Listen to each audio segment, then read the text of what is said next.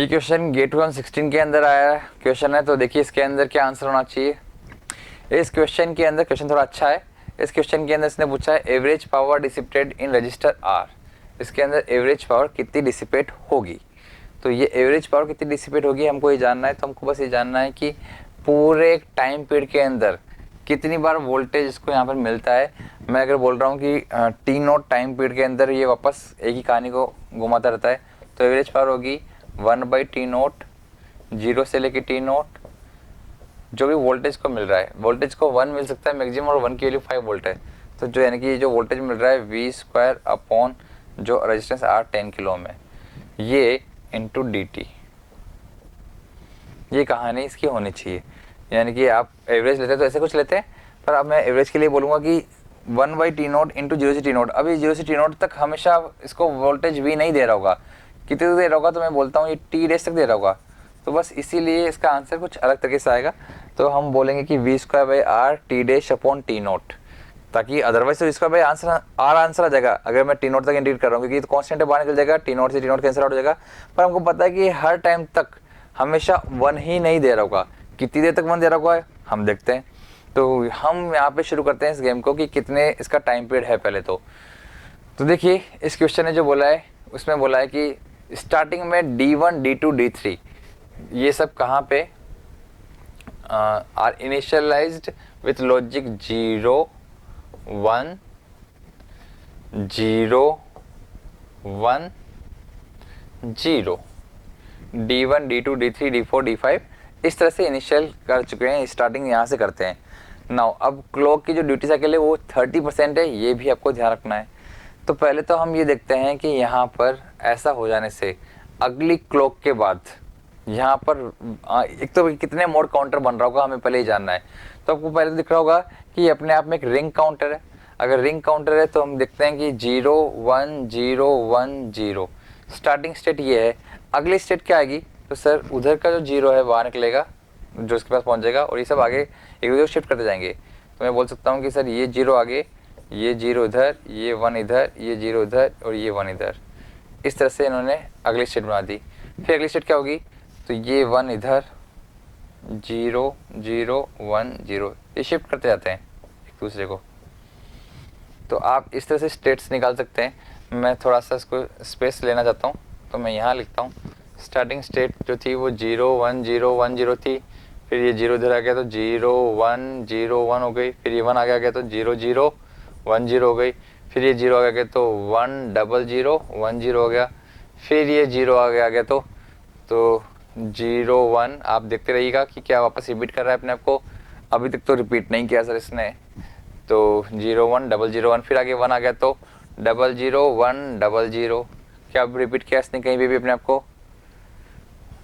तो देखिए सर अभी तक भी, अच्छा एक और चीज़, यहाँ कहीं ना कहीं आपने कुछ मिस्टेक की है। अपन ने 5 बिट का होना चाहिए, 6 बिट क्यों कर रहे हैं अपन, 5 बिट, यहाँ 6 बिट नहीं करना चाहिए था। 0 आ गया या 1 0 0 1, ये 0 वापस नहीं लिखना चाहिए था, ये केवल 1 आगे आ गया। तो इतनी सी कहानी होनी चाहिए थी। जैसे 1 आ गया है, 0 0 0 और 1 0 इधर आया। ऐसे ही यहाँ पर 1 0 0 1 आ जाएगा, 0 तो आगे आ चुका है। ऐसे अब ये जो इसका जो 1 है, फिर से बताता हूँ ये गलत हो गया। ये जो 1 है ये आगे आएगा और 0 1 0 0 पीछे जाएगा। चारों बिट आगे पीछे चलेंगे और ये इधर वाला बिट आगे जाएगा। देन 0 और 1 0 1 0 पीछे चलाएगा, और ये स्टार्टिंग स्टेट में पहुँच चुका है। इन दोनों को हटा दीजिए। 1 state, 2 state, 3 state, 4 state, 5th state, वापस से ये स्टार्टिंग स्टेट आ गई। 5 अलग अलग स्टेट्स मिलती है, यानी कि मोड 5 काउंटर है। तो कुल मिला के काम की बात ये कि ये मोड 5 काउंटर है। तो यानी कि ये एक बार इसका साइकिल कितना है, 5 टाइम पीरियड तक चलता है ये। ओके, तो 5T क्लॉक के बाद इसको वापस वही कहानी मिल जाती है। इस 5T क्लॉक में ये ऑन कब तक रहेगा मुझे ये जानना है। तो बस मुझे जानना क्या है कि सर ये 1/5T क्लॉक के अंदर V²/R तो कॉमन आ चुका है। अब ऑन कितनी देर तक रहता है, टी डैश की वैल्यू कितनी आती है।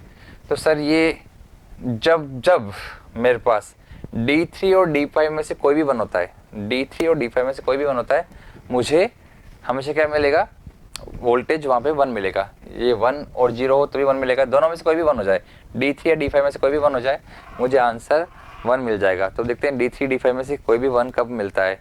तो सर इस पहली स्टेट में नहीं मिल रहा, इसमें मिल रहा है, इसमें नहीं मिल रहा है। तो आप देखते जाइए, मैं इस पर टिक कर देता हूँ, यहाँ एरो लगाता हूँ। एक यहाँ में मिल रहा है, फिर उसके बाद आपको यहाँ मिल रहा है दूसरी स्टेट्स में, और उसके बाद आपको यहाँ मिल रहा है तीसरी स्टेट्स में। तो इन 5 स्टेट्स में जो 5 राइट लगे हुए हैं उनमें से 3 स्टेट में इस पे और इस पे आपको D3 या D5 में से कोई ना कोई एक 1 मिल रहा था। D3 या D5 में से कोई ना कोई एक 1 मिल रहा था। यहाँ दोनों 1 मिल रहे हैं, यहाँ पे D5 1 मिल रहा है, यहाँ पे D3 1 मिल रहा है। तो यानी कि 3 बार ऐसा केस होता है जब आपको ये वोल्टेज पूरा 5 वोल्ट यहाँ मिलता है। तो बस 3 टाइम्स ऐसा होता है जब आपको यहाँ वोल्टेज मिलता है।